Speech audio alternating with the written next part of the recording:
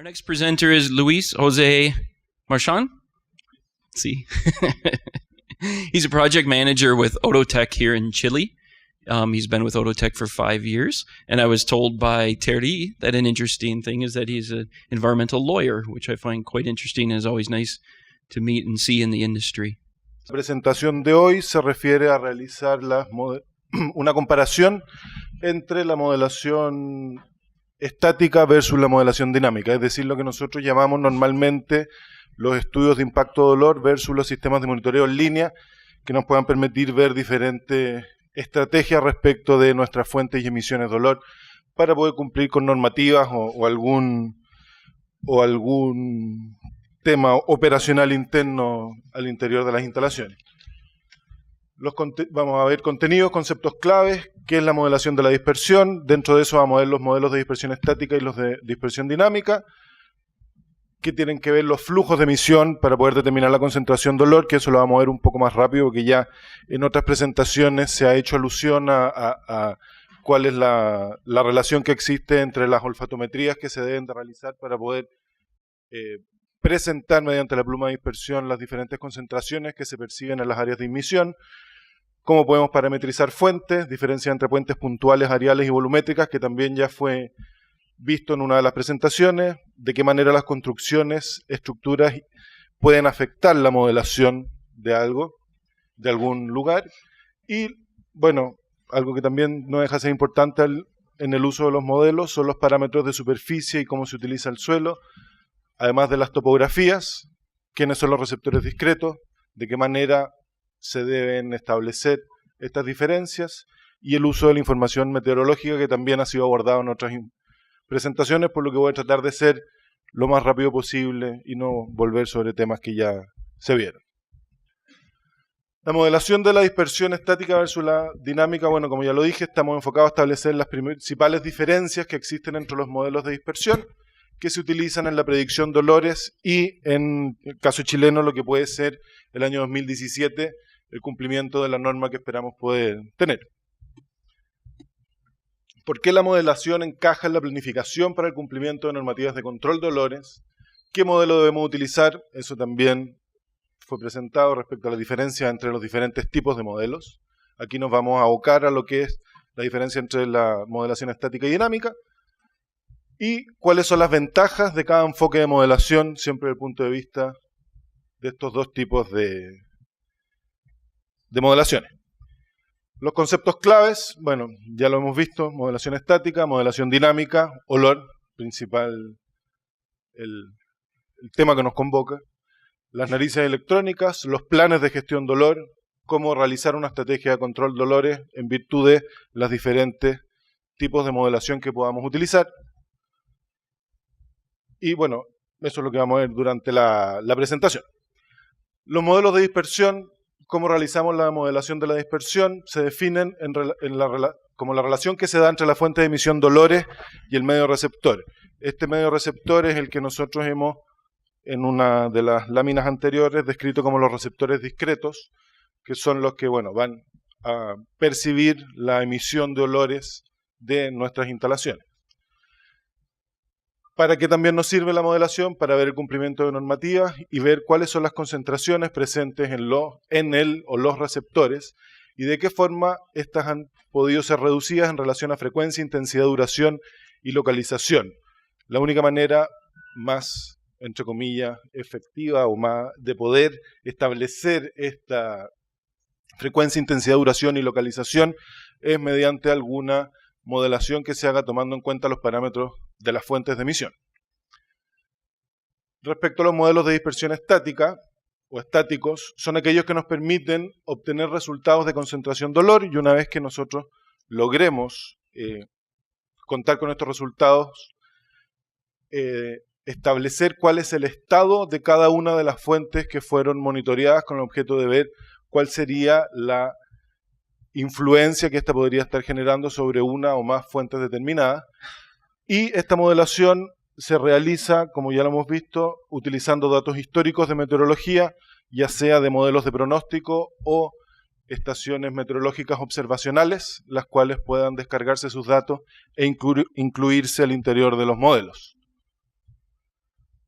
La modelación estática es una opción que nos permite una de las únicas opciones que nos permite determinar el impacto de una nueva fuente de dolor o de una que se está proyectando, la cual no puede ser monitoreada aún porque por supuesto no existe, y esta modelación también es conocida, como les dije anteriormente y al comienzo de la presentación, como la evaluación de impacto de dolores que se pueda proyectar desde una o más fuentes de dolor determinadas e identificadas. Ahí tenemos un ejemplo de cómo podríamos nosotros proyectar la evaluación del impacto de una o más fuentes de dolor específicas en un rango que se define como grilla sobre la cual se realiza la modelación, estableciéndonos los diferentes niveles de intensidad que se expresan en unidades de dolor, como ustedes bien lo saben, pudiendo sobre esto establecer algún tipo de gestión o medida de mitigación o algún mejora en el proceso para poder evitar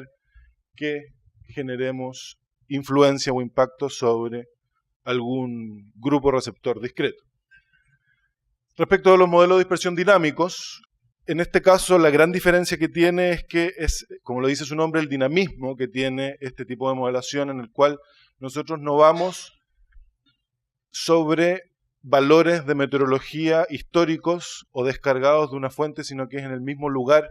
en el cual nosotros vamos recolectando este tipo de información meteorológica, lo cual nos permite alimentar el modelo de manera paralela a la alimentación que le entregamos de las unidades de dolor que los equipos que se asocian a estos modelos de dispersión dinámico, cuantificando en la misma fuente. Aquí podemos ver en esta serie de diapositivas que les voy a mostrar a continuación cómo vemos, a diferencia de lo que veíamos en esta imagen en la cual vemos un comportamiento de concentraciones máximas, un comportamiento que se puede asumir como promedio respecto de una o más instalaciones. En este caso nosotros vamos a ir viendo a lo largo del día o de un periodo de tiempo determinado cómo estas emisiones van cambiando y el comportamiento que van teniendo dependiendo de los datos meteorológicos dinámicos que se van ingresando al sistema, de manera que nos van mostrando en diferentes horas del día o en diferentes épocas del año cómo y de qué manera nuestras emisiones pueden ir influenciando uno o más grupos receptores discretos, de manera de poder hacer frente a algún tipo de queja que pueda existir, ver la efectividad del cumplimiento de alguna normativa y efectivamente ver cuál es nuestro nivel de gestión que tenemos al interior de las instalaciones, de manera que nos va demostrando nuestras medidas de mitigación y soluciones que hayamos implementado, de qué manera estas han sido adecuadas o no. Ahí tenemos, bueno, Thierry también lo presentó, un screenshot de nuestro sistema de monitoreo. Ahí nos va mostrando las diferentes fuentes asociadas a este sistema de monitoreo continuo, la extensión de la pluma con las diferentes concentraciones y de qué manera va impactando o generando influencia sobre los demás grupos receptores discretos. Para poder calcular el flujo de la emisión de la concentración dolor, esto ya lo vimos, se expresa en unidades de dolor por metro cúbico y la tasa de flujo de aire a la salida de la fuente, que va a depender del tipo de fuente, el cálculo que se debe llevar a cabo. Y esto lo logramos mediante la olfatometría dinámica, que es la que nos permite alimentar con este valor nuestros sistemas, y en el caso de las modelaciones estáticas, también son la olfatometría la que nos da el dato para presentar el comportamiento de una o más fuentes determinadas. Aquí tenemos un ejemplo en el cual podemos lograr diferenciar la principal diferencia que existe entre la modelación dinámica y estática. Tenemos 3 muestreos o días en los cuales se realizaron campañas de olfatometría. En este caso tenemos el día 1, se logró una concentración de algo más de 400 unidades de dolor. El día 2 bajo las 400, el día 3 volvemos a algo así como 400, un poco pasadito de eso. Y el modelo dinámico nos permite ir viendo las variaciones, que también lo hemos visto en otras presentaciones, de cómo el modelo dinámico nos permite ver las diferentes peaks que se pueden dar durante los procesos industriales y de qué manera estos pueden ir impactando o influenciando sobre las áreas residenciales o receptores discretos más cercanos, que muchas de las veces los estudios de dispersión estática nos dan la primera herramienta para nosotros con posterioridad poder establecer un plan de gestión en el cual se puedan trabajar sobre determinadas fuentes de manera de poder evitar estos impactos que no se van viendo de manera continua si es que no es con la dispersión dinámica. Los parámetros de las fuentes de emisión, ya varios hemos hablado sobre esto, tenemos fuentes puntuales, fuentes areales, fuentes volumétricas, va a depender del tipo de fuente, cómo se deben ingresar estos datos a la modelación y de qué manera estas emisiones van a ser dispersadas en el medio receptor. El flujo de aire de los edificios y las estructuras cercanas, en el caso de las construcciones y las estructuras, puede afectar o influir en la dispersión de las denominadas fuentes puntuales dependiendo de la velocidad del viento. Zonas de recirculación de aire o zonas de aire que se muevan pueden aumentar los impactos de fuentes puntuales en comparación con otras fuentes puntuales que no son afectadas por una estructura o edificio cercano. Esto es importante ya que muchas veces, y antes en algún momento, yo cuando no conocía mucho de modelación y menos dolores, creía que las fuentes era cosa de dibujarla en la grilla y poder modelarla y no había ninguna influencia más que la topografía y la meteorología la que nos podía influenciar de qué manera estas se iban a comportar, pero son temas que deben de considerarse. Respecto de los parámetros de superficie y uso de suelo, también son muy importantes dentro de la modelación, sea estática o dinámica, porque están directamente relacionados con los parámetros críticos en definición de la intensidad de las turbulencias, rugosidades de las superficies, albedo y ratio de Bowen, respecto de cómo es la estructura del lugar el cual está siendo modelado por nuestros, valga la redundancia, modelos de dispersión, de manera de poder establecer cuáles son las influencias. Respecto de las topografías y los receptores discretos son el conjunto de receptores que contienen las coordenadas en las cuales la pluma de dispersión se presenta. La topografía puede incidir en los movimientos y dispersión de la pluma de dolor y potenciales impactos del proyecto, pero esto es muy importante en los casos de modelación estática, ingresar los datos de topografía del proyecto, del lugar sobre el cual se está realizando el estudio de dispersión, debido a que si no lo hacemos de esta manera vamos a presentar una pluma que no es la que efectivamente se está percibiendo o el real comportamiento de lo que queremos proyectar. Lo mismo ocurre con los casos de modelación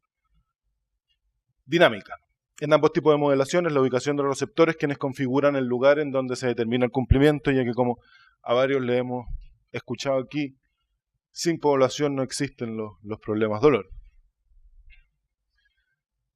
Y en los casos de modelación dinámica es posible predecir en caso de superación al umbral en tiempo real, cosa que es muy importante esto, ya que en los casos de modelación estática nosotros establecemos máximos de concentraciones que se pueden llegar a generar en virtud de estas informaciones meteorológicas históricas que hemos logrado descargar de alguna base de datos o de una estación observacional, pero la modelación dinámica es la que nos permite ir viendo de qué manera se va comportando mi fuente y ver, como ya lo dije anteriormente, efectividad de diferentes tipos de tecnologías de abatimiento, mitigación o cualquier otro tipo relacionado con la operación, alguna falla operacional, etc. Aquí tenemos un ejemplo de una ubicación donde se localiza un proyecto con la topografía presente en el lugar y cuáles son los receptores que están identificados. En este caso son los puntos rojos sobre los cuales, una vez que se ingresen todos los datos necesarios para poder realizar la modelación, vamos a ver cuál es la influencia de nuestras emisiones sobre estos grupos receptores discretos. Y los datos meteorológicos son utilizados mediante un análisis en el modelo de dispersión que deben ser representativos de las condiciones meteorológicas presentes en el sitio en el que se ubica el proyecto, y así como en la mañana ahí escuchamos a la representante del SEA, quien ahí nos comentó que ya está disponible para los titulares que están dentro del proceso de calificación poder solicitar los datos WRF de manera de que los datos incluidos en el proyecto sean, digamos, más certeros que algún otro dato que uno pueda descargar de alguna base de datos. Otra diferencia que tenemos respecto de estos dos tipos de modelaciones se da en el caso de, este es una fotografía de un proyecto en el cual primero se realizó una modelación estática con la información meteorológica que se descargó desde esta estación observacional. El proyecto estaba ubicado en este lugar y con posterioridad pudimos ver de qué manera se comportaba la dispersión de los olores, ya que contábamos con una estación meteorológica in situ. Hay alrededor de 19 kilómetros de diferencia y en la próxima rosa de viento, un poquito más allá vamos a ver, aquí en estas dos rosas de viento, cuáles son las diferencias que existen respecto de la meteorología utilizada en un modelo de dispersión dinámico y las meteorologías utilizadas en un modelo de dispersión estático, ya que aquí, bueno, en este caso fueron los últimos 5 años de meteorología, pero no nos da el comportamiento efectivo del momento en el cual se están generando las quejas. Y aquí, como, bueno, ya lo expliqué, se recogen desde una estación meteorológica y las mediciones locales mejoran enormemente la calidad de la predicción de la dispersión de los olores, ya que contamos con los datos meteorológicos del mismo lugar. Y aquí me gustaría poder presentarles a modo de conclusión cuáles son las diferencias principales que tenemos entre ambos tipos de modelaciones. En el caso de la modelación estática, la meteorología utilizada generalmente es de 1 a 5 años. En el caso de la modelación dinámica, se trata de información que es percibida en tiempo real. La frecuencia, en este caso, se incluye la última hora respecto de la base de datos a la cual se pudo acceder en los modelos de dispersión estáticos, y en el caso de la modelación dinámica son hasta 4 veces por minuto en el caso de algunos sistemas de monitoreo, los cuales permiten utilizar ese promedio de información. La ubicación, lo más cercana posible, dentro de un rango de 20 a 35 kilómetros, mientras que la modelación dinámica utiliza, como ya lo dije, la información meteorológica del lugar. Y respecto de las capas de aire, no se ve muy bien esto, pero respecto de las capas de aire que se utilizan, 2, y aquí se mueve por todo el contorno. Después tenemos que las concentraciones de las fuentes, respecto de las emisiones, estos valores son dados por olfatometría, son equipos o narices electrónicas las que están hasta 4 veces por minuto recopilando la información que está alimentando el sistema, y de esta manera podemos desplegar la pluma en forma real. Los parámetros de las fuentes, en este caso, es la concentración obtenida mediante la olfatometría nuevamente, que nos va a representar cuál es el comportamiento que tenía nuestra fuente en ese momento, salvo que realicemos diferentes campañas de olfatometría tendientes a determinar cuál podría ser un comportamiento promedio de nuestra fuente. Muchas veces por razones económicas eso no se logra hacer. La ubicación, perdón, no alcanzo. Voy a hacerle zoom.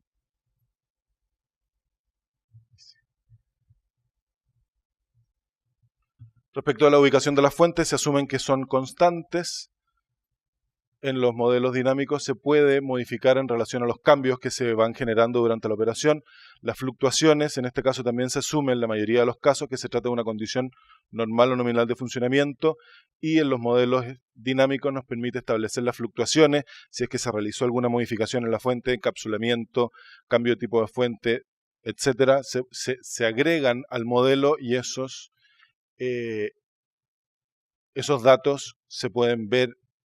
de manera prácticamente inmediata. Respecto de los edificios y estructura, ya lo vimos que se debe dejar claro lo difícil que es considerar el volumen de las fuentes volumétricas en los casos de los modelos estáticos, ya que aquí tenemos que asumir aperturas al ambiente que no varían. En el caso de los modelos dinámicos, las aperturas y cierres de lo que podrían ser cielos, puertas, ventanas, cortinas, pueden agregarse al sistema de monitoreo de manera de poder generar una fotografía mucho más real. Respecto de los parámetros de uso, se establecen una vez y estos no van variando. En el caso de la topografía con los modelos de dispersión dinámica, se pueden ir produciendo cambios sobre las características, sobre todo lo relativo a lo que es precipitación, ya que aquí en la modelación estática nosotros dentro de nuestra base de datos de la meteorología que estamos utilizando establecemos cuáles son los periodos de lluvia, pero en este caso es la misma estación la que nos va descargando la información y nos va diciendo efectivamente cuáles son las variables que nos están incidiendo. Respecto a las topografías y receptores, ambos deben ser considerados en el modelo. En este no tenemos ninguna diferencia. Los modelos con los cuales nosotros trabajamos son modelos aprobados Hermod o Kalpoff. En el caso de la modelación estática, se trata de información histórica basada en promedios, máximos y percentiles, a diferencia de lo que ocurre con la modelación dinámica, la cual es en tiempo real, más información histórica basada en promedios máximos y percentiles que pueden ser agregadas. Respecto de usos anexos a saber cuál es el, digamos, dónde está presente nuestra pluma de dispersión, la modelación estática no nos permite a nosotros poder establecer niveles de alerta en los receptores discretos, tampoco nos establece realizar un pronóstico de cómo se van a comportar nuestras emisiones, a diferencia de lo que sí ocurre con los sistemas de monitoreo, como lo vieron en la presentación anterior, que se pueden anexar diferentes puntos de alerta, los cuales van a ir alertando del tema. Y para terminar, me están apurando, ambos sirven para ver efectividad de quejas. En el caso de la modelación estática, solamente para las fuentes actuales y existentes, mientras que en la modelación dinámica respecto a la existente, ya que no puedo hacer una modelación dinámica respecto de un escenario inexistente. En cierto modo nos permite poder ver el cumplimiento de normativa, pero aquí aparece que no, porque en el fondo yo no puedo tener cuál es mi comportamiento habitual y exacto, a diferencia de lo que pasa con los modelos de dispersión. Ambos permiten ver la validad de las quejas, y en el caso de los sistemas nos permiten realizar reportes automáticos y que la modelación estática nos entrega diferentes comportamientos que no nos van a permitir establecer reportes de cómo han sido mis últimos momentos de comportamiento. Eso es, muchas gracias. Hello, and thank you very much for your presentation. We discussed concerning electronic noses yesterday, and everything you told, which is very interesting and looks very promising, has one basis, and the basis is that you can measure odor units per cubic meter with an electronic nose. So my question is, how many sensors do your noses have? Which type of mathematical model do you apply to convert the raw values of these sensors to odor units per cubic meter? And did you do explanation only, or are you also able to give us real mathematical quality criteria concerning prediction? Help me? Please, can I ask our CEO in order to help me in this question? So maybe to put some clarification about the topic of the presentation here, I think that dynamic modeling could be done either with normal sampling that would have been done with static emission rates, or it could be done with, for example, electronic nose or another chemical sensors. So that being said, in terms of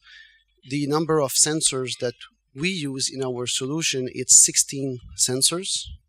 And we use a diversity of different mathematical methods, but I'm not at liberty to speak that publicly at this point. In terms of criteria, in terms of quality control, yes, we do quality control in our routine training of the electronic nose, and so that's pretty what I can tell you about that. But unfortunately I cannot enter in the details, but we can discuss that. Maybe just as thank you very much. I'm very curious about our discussion. I think it's very fruitful. The only thing I would like to say now is that I would remind everyone who is present here and who will be able to see the presentations, the PowerPoint slides of the whole conference, as far as I know. They are published on the Olores.org webpage, to look for slide 53 of my yesterday's presentation, because that's the benchmark.